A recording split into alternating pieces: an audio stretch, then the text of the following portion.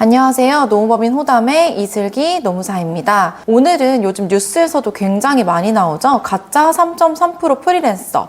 이 내용에 대해 자세하게 다뤄보려고 하는데요. 왜 고용노동부에서 3.3% 가짜 프리랜서를 단속한다고 생각하시나요? 이유는 단순합니다. 3.3%로 공제하는 것은 사업주가 세금을 덜 내고 근로자한테 당연하게 주려고 하는 퇴직금이나 연차휴가 미사용 수당 등 이런 것들을 지급하지 않기 위해서 취하는 조치입니다. 여러분은 내가 프리랜서 계약을 했고 3.3% 공제하고 있으니 퇴직금을 받을 수 없다라고 생각을 하고 계시진 않으신가요? 그 순간에도 여러분의 권리, 즉 받아야 될 돈을 받지 못하는 상황이 지속되고 있는 것인데요. 오늘은 여러분들이 그동안 사업주한테 빼앗기고 있던 권리, 원래 받아야 했던 퇴직금을 못 받은 부분에 대해서 어떻게 쟁취해야 하는지 이러한 부분들을 구체적으로 설명드리기 위해서 준비해 보았습니다. 오늘 영상 끝까지 시청해 주신다면 여러분들이 지금까지 받지 못했던 금액이 무엇이 있는지, 내가 진짜 프리랜서인지 근로자인지 정확하게 아실 수 있을 거니까요.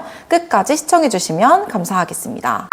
매달 꼬박꼬박 월급이 들어오니까 본인이 당연히 근로자라고 생각하시나요? 만약에 사업주와 계약을 체결했을 때 어떤 계약서를 썼는지 정확하게 기억을 하고 계신가요? 임금을 받을 때 3.3%를 공제하고 받고 있거나 아니면 계약서상의 명칭이 프리랜서 계약, 위탁 계약서라고 적혀 있진 않으셨나요? 이런 부분들에 대해서 구체적으로 확인을 해주시는 것이 굉장히 중요합니다. 우리 법원은 계약서의 제목이 형식상 무엇인지 보다는 실제로 내가 어떻게 근로를 하고 있는지에 대한 실질에 따라서 근로자성을 판단하도록 대법원 판례가 나와 있는데요.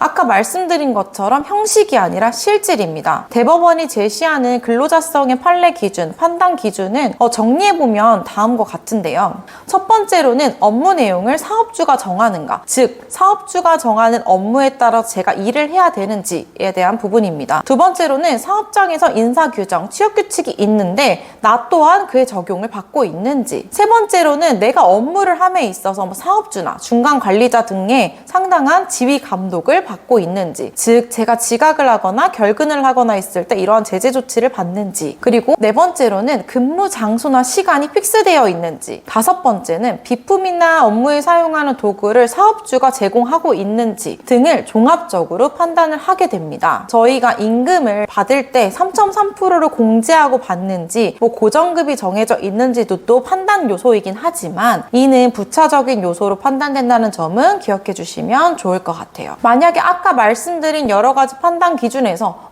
나 여기에 다 해당되는데? 라는 생각이 드신다면 실질적으로 근로자로 인정되어 여러분들은 진짜 근로자에 해당하는 거예요. 하지만 문제가 발생할 수 있어요. 판례 기준 10가지 다 알아도 내 사례에서 어떤 게 충족되고 어떤 게 부정되는지에 대한 정확한 기준을 갖고 계시지 않는다면 이에 대해서 판단이 어렵겠죠, 당연히. 이 부분은 이제 저희 노무사들도 판례에 따라서 판단을 하는 부분이기 때문에 일반인들이 구체적으로 판단하기엔 굉장히 어려움이 있습니다. 예를 들어 출퇴근 시간이 정해져 있는지, 회의에 강제로 참석을 해야 하는지, 혹은 보고를 정기적으로 했어야 하는지, 사업주가 나한테 지시 내리는 것이 상당한 지휘 감독이 있는 행위인지, 이런 것들이 구체적으로 복잡하게 연결되어 있기 때문에 단순히 한 가지만 인정된다고 해서 모든 게 인정되는 것도 아니고 그 중에 몇 가지가 인정된다고 해서 내가 근로자로 인정되는 것이 아닙니다. 이러한 판단이 어려워서 저희 같은 노무사들이 필요한 것인데요. 실제로 저희 법인에도 이러한 근로자성으로 많이들 찾아오시는 분들이 계세요. 대표적인 업종에는 헬스 트레이너, 미용실, 학원 강사 이런 분들이 속해 있을 텐데요. 이 외에도 제조업이나 서비스업에서도 프리랜서 계약을 체결하고 3.3%를 공제한 사례는 굉장히 많습니다. 그래서 혼자서 나는 근로자야 라고 주장하며 노동청에 진정을 넣었다가 판단을 통해서 근로자가 아니다 라고 결과가 나와서 저희를 찾아오시는 분들이 굉장히 많은데요. 노동부의 감독관 분들은 구체적으로 질문을 하게 됩니다. 첫 번째로는 업무 지시를 사장이 직접 본인에게 했나요? 두 번째로는 근무 장소, 근무 시간이 정말 고정적으로 정해져 있었나요? 그 안에서 유동적으로 선택해서 운영을 하는 것이 불가능했나요? 세 번째로는 사업주에서 지급한 비품이랑 소모품들이 모두 사업주 것이었나요? 선생님이 직접 다른 사람을 채용해서 일을 맡길 수 없었나요? 이렇게 구체적인 사실관계를 하나하나 물어보고 이에 따라서 종합적인 판단을 하게 되기 때문에 혼자서 근로자성을 다투는 것은 굉장히 어려운 사안입니다. 이런 질문에 제가 정말 답변을 하나라도 실수를 잘못했다라고 한다면 한다면 원래 받아야 한 수백만 원, 수천만 원에 대한 퇴직금이 그대로 날아가는 부분인데요. 저희가 여러분들이 1차적으로 근로자성으로 인정될 수 있는 승산이 있는지에 대해서 자가진단 체크리스트를 만들어 보았습니다. 저희가 이제 배포해드릴 체크리스트 같은 경우에는 대법원 판례를 기초로 해서 여러분들이 실제 상황에서 근로자로 일했었는지를 자가적으로 진단할 수 있도록 간단하게 만들어진 장표인데요.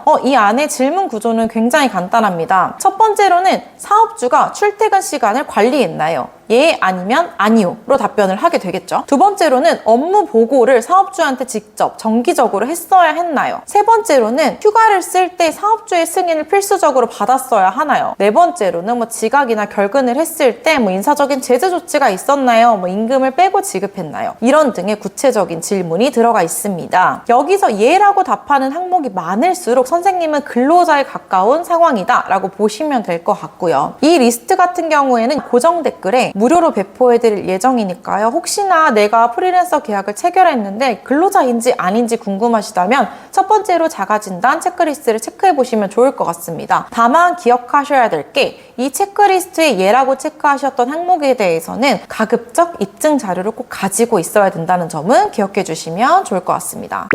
한번 자가진단을 해보셨을까요? 만약 예라는 답변이 절반 이상 나왔다면 여러분은 지금 근로자성에 대한 노동청 진정, 퇴직금, 임금체불 진정을 제기하실 수 있는 기초가 만들어졌을 거예요. 하지만 혼자서 이 복잡한 싸움을 한다. 입증 자료가 내가 정말 충분한지, 이걸 법리적으로 어떻게 풀어나갈 수 있을지, 이런 부분들에 대한 조사를 대응하는 것이 막막하시다면 저희 고정 댓글에 카카오톡 상담 링크가 있으니까요. 거기에 상담을 요청해 주시면 사안에 따라서 대면 상담을 통해 구체적으로 사건 대리 등을 도와드릴 수 있습니다. 사실 노무사로서 이 가짜 3.3% 프리랜서 계약에 대해서 검토를 하면서 느낀 점은 굉장히 안타까운 사실이 많다는 것인데요. 특히 요즘에는 40대에서 60대 같은 경우에는 한 사업장에서 오래 장기 근속하는 경우가 굉장히 많은데 그 계약이 근로계약서가 아니라 프리랜서 계약서 3.3%를 공제하고 받았다라고 한다면 그 20년 이상 일했던 직장에서의 퇴직금을 받지 못하고 정말 다 날리는 상황이 될 수 있는 그러한 현실에 맞닥뜨릴 수 있다는 것인데요. 퇴직금 같은 경우에는 과거에 일한 거에 대한 보상일 수 있지만 여러분들이 미래를 나아가기 위해서 노후를 책임지는 자금이 되는 부분입니다. 3.3%의 계약은 단순히 처음 계약을 체결할 때는 4대 보험보다 작은 금액을 공제하네 라고 생각해서 그게 나한테 유리하다라고 생각하실 수 있지만 실제를 따라 보신다면 결과적으로는 근로자들한테 3.3%는 유리하지 않다는 점 꼭 기억해 주시면 좋을 것 같고요. 만약 지금 내가 프리랜서 계약을 체결해서 근로자성을 다퉈야 되는 상황이 됐다라고 한다면 아까 말씀드린 자가진단 체크리스트를 활용해서 1차적으로 점검을 하시고 노무법인 호담에 상담을 주셔서 구체적인 판단을 받아보신 다음에 노동청 징정을 통해서 실질적인 권리를 찾으시면 좋을 것 같습니다. 앞으로도 여러분들이 궁금해하시는 많은 노동법 정보 알기 쉽게 설명해 드릴 예정이니까요. 끝까지 저희 영상 시청해 주시면 감사하겠습니다. 노무법인 호담의 이슬기 노무사였습니다. 감사합니다.